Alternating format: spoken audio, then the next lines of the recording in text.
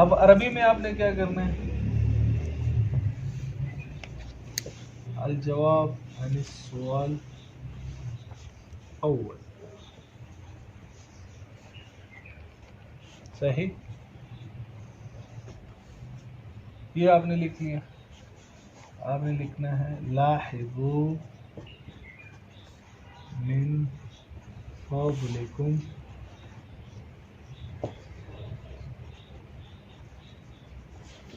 ان السؤال الاول تحتوي على امور ثلاث. ٹھیک.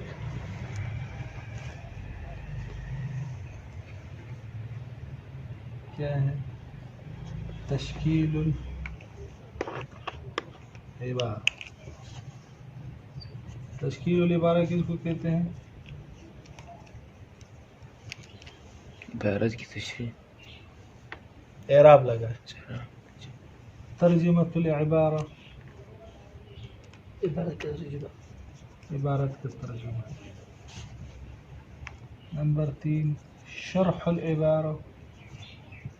عبارت کی تشریح. اگر 4 چیزیں تو پھر ادھر نمبر 4 آ جائے گا. یہ مارکر سے ہوگا، یہ باقی سارا پین سے. یہ جب آپ نے لکھ لیا پھر آپ نے لکھنا ہے فلاحظوا الجواب عن کل امر.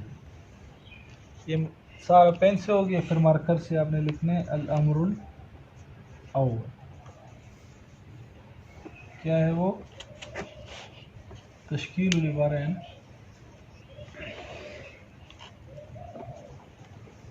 تشکیل العبارہ. یہ حمزہ لازمی دینا ہے. پھر یہاں آپ نے عبارت لکھ لی. پھر جز ختم ہو گیا لین لگا لی. پھر الامر ثانی، پھر الامر الثالث، پھر الامر الرابع. اس طرح آپ نے لکھنا ہے. اور جو چیز آپ سے پوچھی گئی ہے اس کا مصدر آپ نے لکھنا ہے. صحیح ہے. اس میں نا شکل العبارہ اس میں ہوتا ہے سوال میں، تو آپ نے اس کو مصدر لکھنا ہے. تشکیل العبارہ ترجم العبارہ، اس کا مطلب ترجمۃ العبارہ. شرح العبارہ. صحیح. جو بھی چیز صورت مسئلہ کا بیان ہے، بیان صورت المسئلہ، بیان فلانا چیز، بیان فلانا، بیان صرف لکھ دیں گے. یا توضیح بھی لکھ سکتے. وہ اس کا آسان طریقہ یہ ہے کہ جب حاشیہ لکھا ہوتا ہے نا، خدری فرض کر لیا پڑھ رہے، اس کا جو حاشیہ ہے اس کو آپ پڑھیں اس نے کیسے شرح کی، تو آپ کو شرح کرنا آسان ہو جائے گی. تشریح آپ کو تعبیر آسانی سے مل جائے گی. ابھی تو اولا میں تو ایسی کوئی مشکل بات نہیں ہے، اکثر رٹا ہی ہے. ثانیہ میں جب جاؤ گے، ثالثہ میں، رابعہ میں، تو وہ جو متن ہے اس کی شرح ہوتی ہے، نیچے حاشیہ لکھا ہوتا ہے، اس کو آپ پڑھا کریں جس سے آپ کو عربی میں پرچال کرنا آسان ہو جائے.